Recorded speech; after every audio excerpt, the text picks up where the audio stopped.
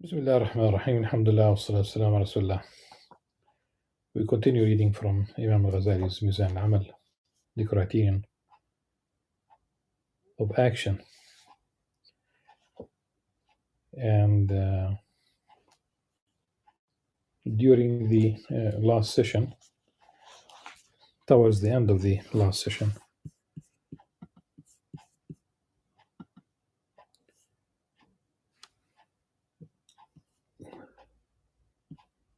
Imam Al-Ghazali said that in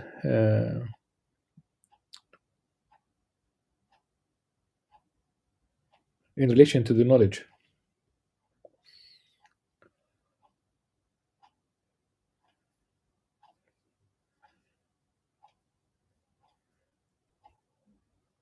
regarding the theoretical knowing faculty, he listed 3 levels.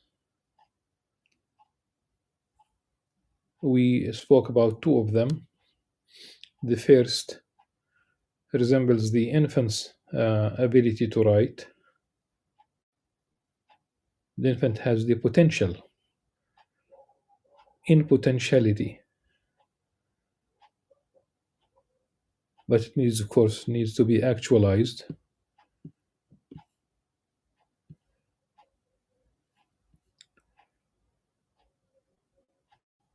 And the second level is that certain essential principal intelligibles are attained in the knowing faculty, similar to a youngster who reached the age of reason.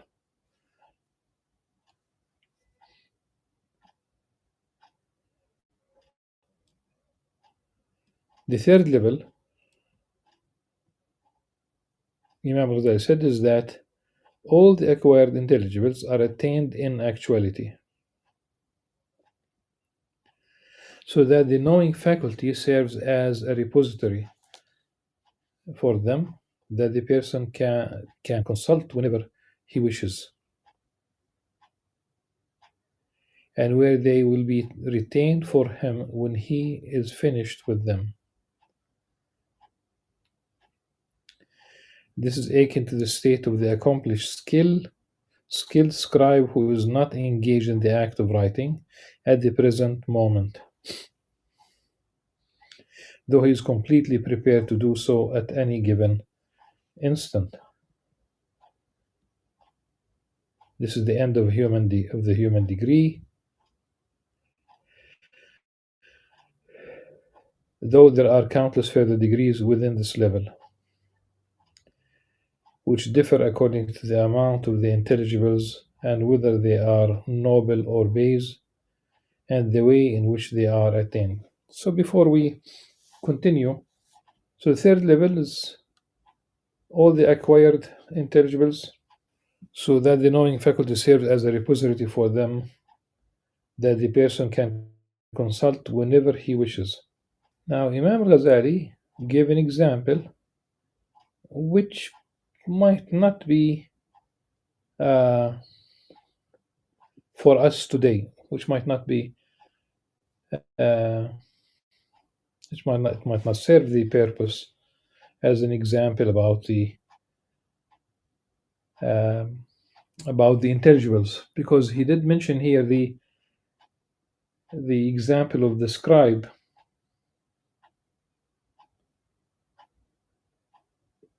to write or play tennis or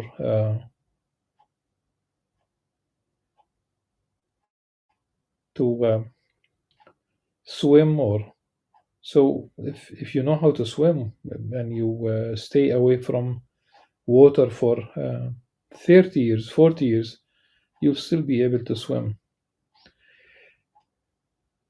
It's a skill that you acquire, and it's not exactly,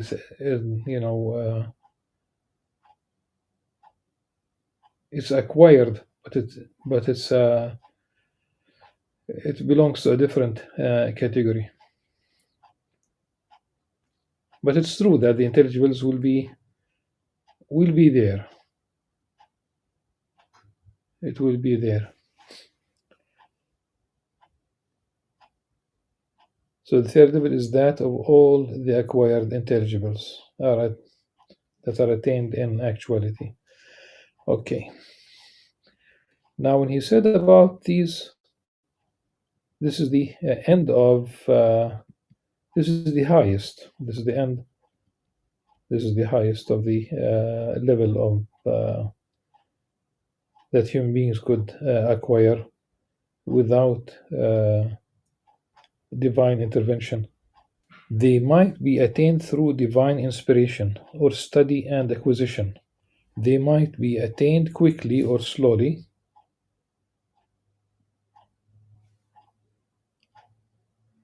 In this knowledge, it is possible to differentiate the stations of the scholars, the sages, the saints, as the awliya, and the prophets. It is the disparity within it that causes disparity of their ranks. The degrees of elevation therein are beyond count and beyond confinement. The furthest, the highest, the furthest level is the degree of the Prophet, to whom are disclosed all realities,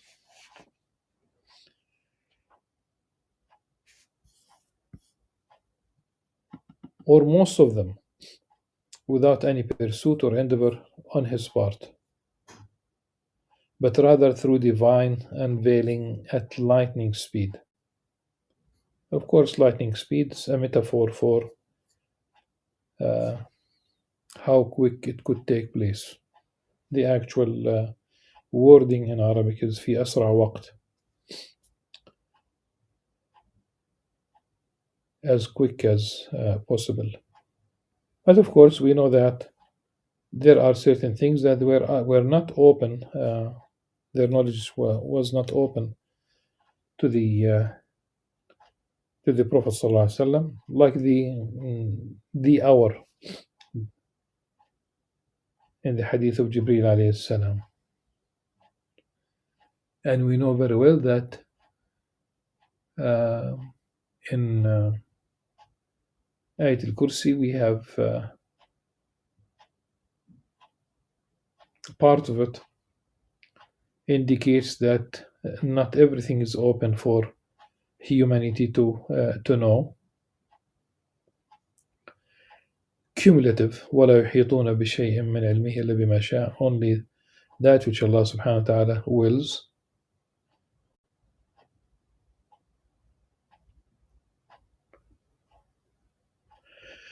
This is the happiness that man can attain.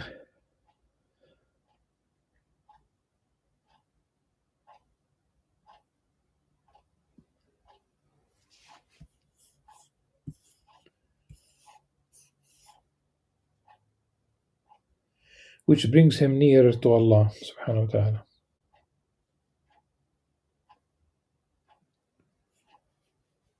Not near in terms of speciality and position. تقريبا لا بالمكان والمسافة, ولكن بالمعنى والحقيقة. Not nearer in terms of speciality from space and position, but nearer in the true sense of the word.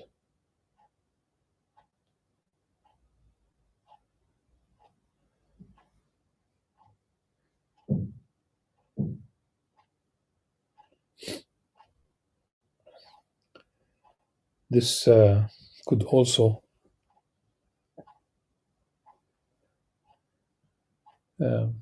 be a response to those who still attach themselves to what might appear as a literal take on the anthropomorphic verses of the Quran, where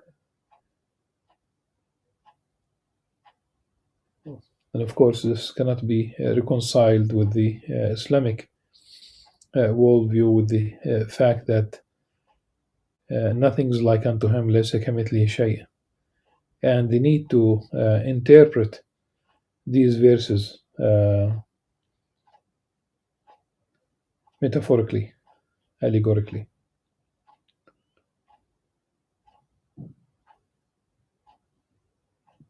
And some Muslims, it seems that some Muslim scholars use a very problematic narrative, to say the least.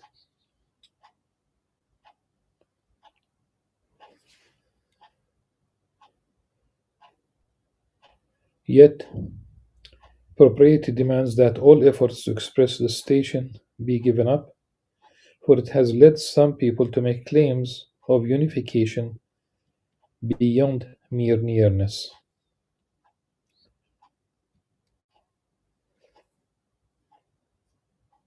Thus, one of them said, "Glory be to me, how magnificent is my state." That was attributed to Abi Yazid al-Bastami.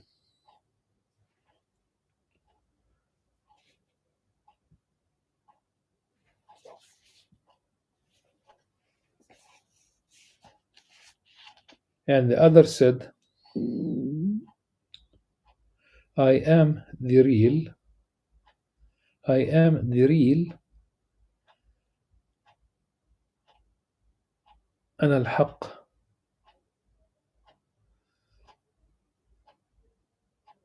Meaning that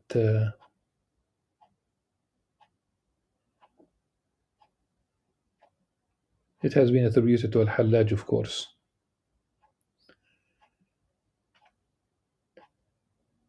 Allah subhanahu wa ta'ala ala wa alam. Could it be that it was part of a wider narrative?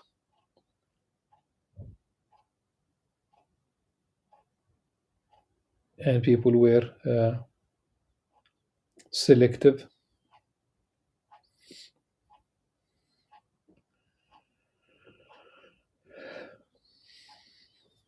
Allahu alam. Then Imam Al-Ghazali moves to address the problem within Christianity as it has evolved. He said another still spoke of indwelling, while the Christians refer to the unification of the divine and the human. Such that they claim that Jesus alayhi salam, al-Masih alayhi salam, is in the English translation says is half of Allah. Yet Allah is utterly beyond the claims of those who wrong him. The Arabic and the translator has a footnote that says some manuscripts have the Son of Allah. The Arabic and Innahu Ibn Allah. So I don't know where would the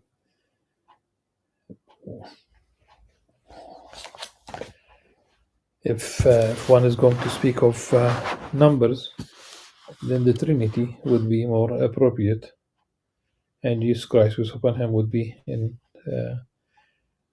the post-revelational Christianity, the historical development. He would be one of three. To explain this, I would say that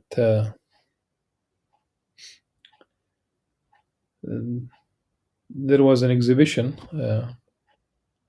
at a museum in Madrid in Spain, and I happened to visit at the time. There was I had a talk in the city, and I went to the Escorial to check the manuscripts of Imam Al-Ghazali, and I visited the museum. And one exhibition was about the Counter-Reformation. Like we talk about the in the history of Christianity in Europe. So there were massive paintings that when we speak about the Counter Reformation, we talk about Catholic artists who wanted to confirm, certain uh, parts of Catholic theology versus the Protestants, and the conflict was serious. We talk about wars that took place in Europe. At any rate, one of the paintings, um, you have three. God, the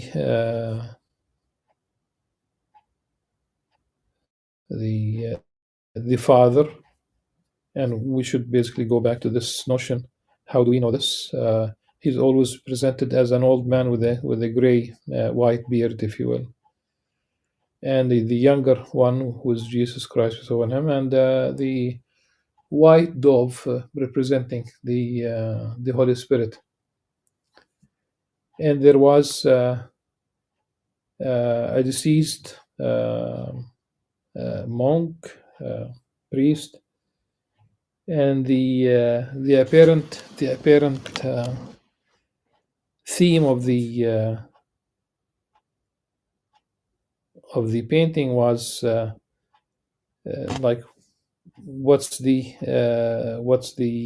three were they were discussing the fate of this priest, and things could not be more problematic, because if you talk about discussing the fate of the priest amongst the three, the triune, the Trinity, then we talk about differences of opinion, differences. So there are many problems that emerge from such paintings, and in Judaism and Christianity, that father, figure, that father, fatherly, grandfatherly figure is there, and not in Islam, of course, not in Islam. So yes, Imam Ghazali spoke about the unification of the divine and the human in Jesus Christ upon him, God incarnate, if you will. So we go back to the text.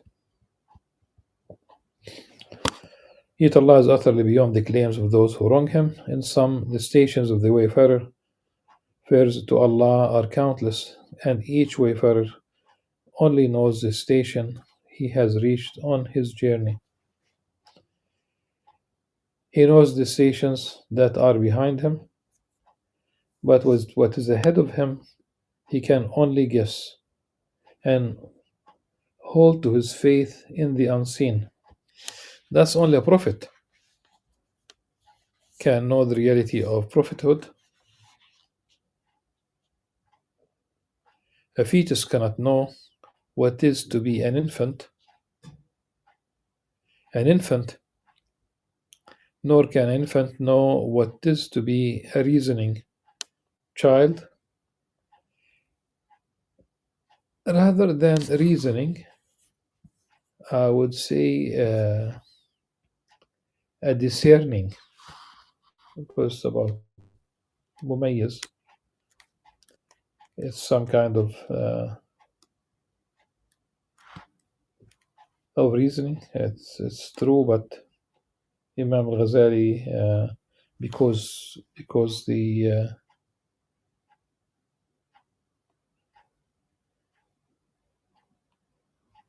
ولا المميز حال العاقل, like so if we say discerning child, then we can use reasoning for the intelligent adult later on. Allah. Nor the essential knowledge. And by the way, that's 7 years for Imam Al-Ghazali. nor the essential knowledge that is opened unto him, nor does the reasoning child know that is to be an intelligent adult, and the theoretical knowledge that he might acquire. Nor does the intelligent adult know what divine graces and mercies have been opened unto Allah's saints and prophets. Whatever mercy Allah unfolds for mankind, none can withhold it.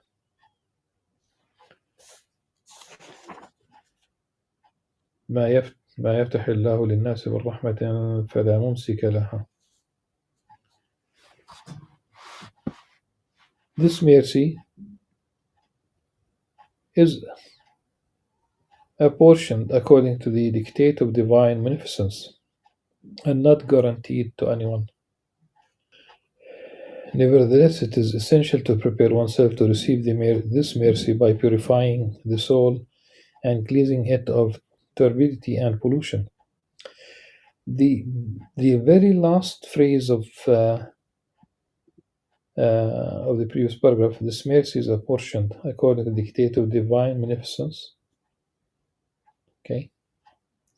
غير مضنون بها على أحد. So, in principle, it is not withheld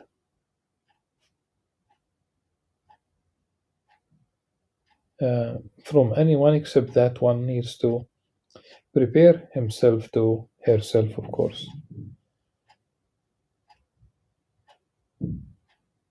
for such a divine gift.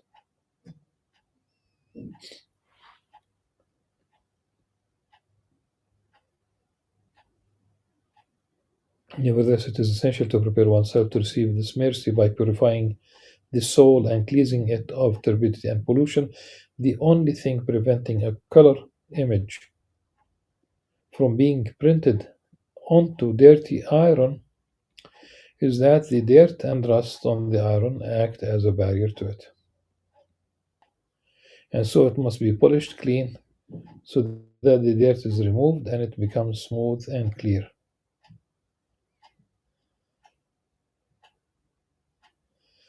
Let me explain what Imam Al-Ghazali is trying to say.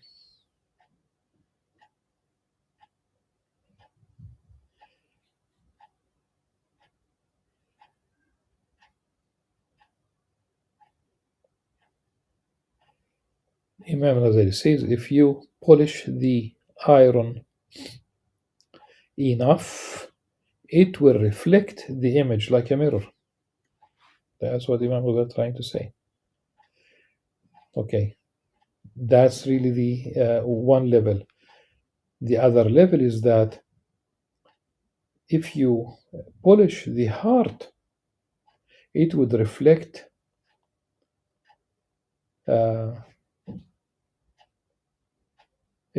something from beyond this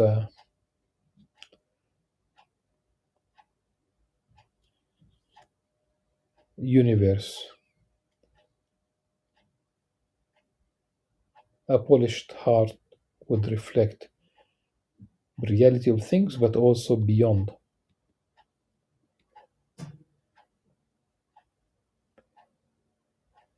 Thus, you must believe that the barrier is on your side, not on the side of the divine mercy. The Prophet ﷺ said,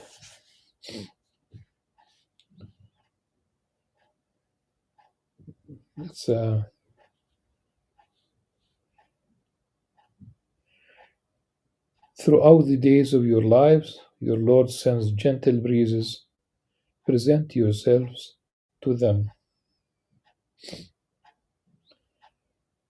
Imam Suyuti said that this hadith is weak.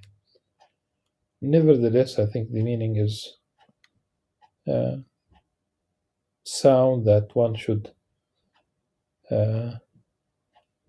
expose oneself, to present oneself to these nafahat as they are described.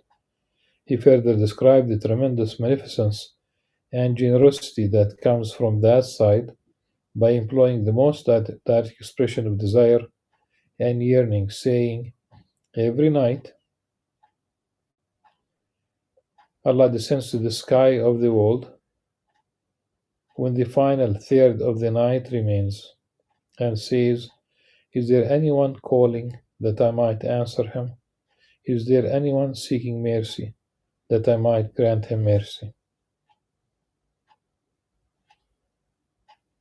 This hadith is muttafaq alayh, narrated by Bukhari and Muslim, and I think needs it needs explanation, because the last one third of the night, of course, is continuous. It never stops. Every second, or even less, another one third of the night begins.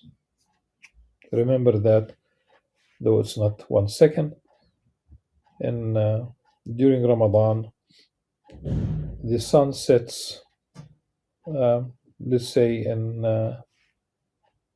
in Jericho, 1 minute before Jerusalem, maybe less.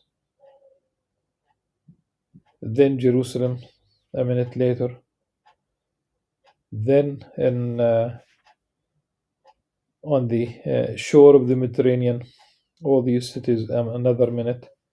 So you talk about Haifa, you talk about Jaffa, you talk about Gaza. That's another minute. And Ramadan is, talk about just a little bit more than a month. And may Allah subhanahu wa ta'ala shower His mercy on the people of Gaza. And Ramadan is around the corner, and it's already a very sad story, heart-wrenching. Failure of humanity at large, failure of the international institutions. So descending, we talk about ma'iyya, we talk about the knowledge of Allah subhanahu wa ta'ala encompassing everything. Allah subhanahu wa ta'ala is omniscience. He's omniscient. So this is again a very continuous. It's continuous. So the last one third of the night never ends. So there is no descending in the physical sense. It doesn't make sense at all from Islamic perspective.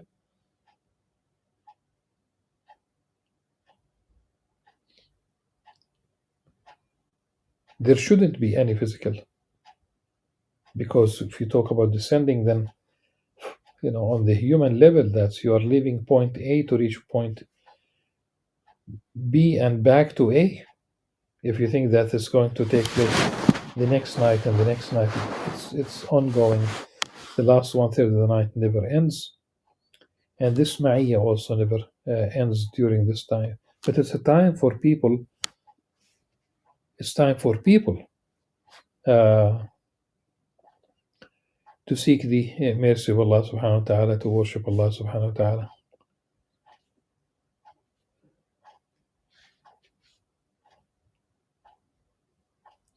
Allah also says, the righteous ones yearn deeply to meet me, but I yearn all the more deeply to meet them.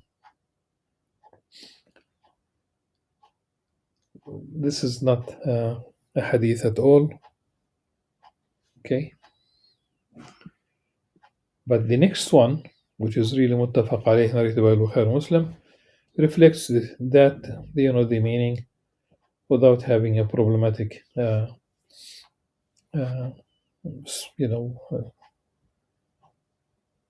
classification as a hadith. So the next one, he says, when someone draws a hand's span near to me, I draw an arm's length near to him. When someone comes walking to me, I go running to him. It's a very beautiful hadith. Far away It should be, of course, interpreted metaphorically. We are encouraged to get nearer to Allah subhanahu wa ta'ala. Imam Al-Ghazali says, he concludes this part by saying, I urge you to seek out further examples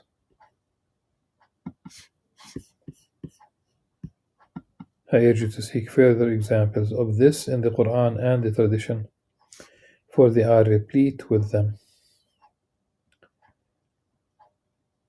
The next chapter, that will be chapter 5 in the translation, how the faculties of the soul are linked to one another.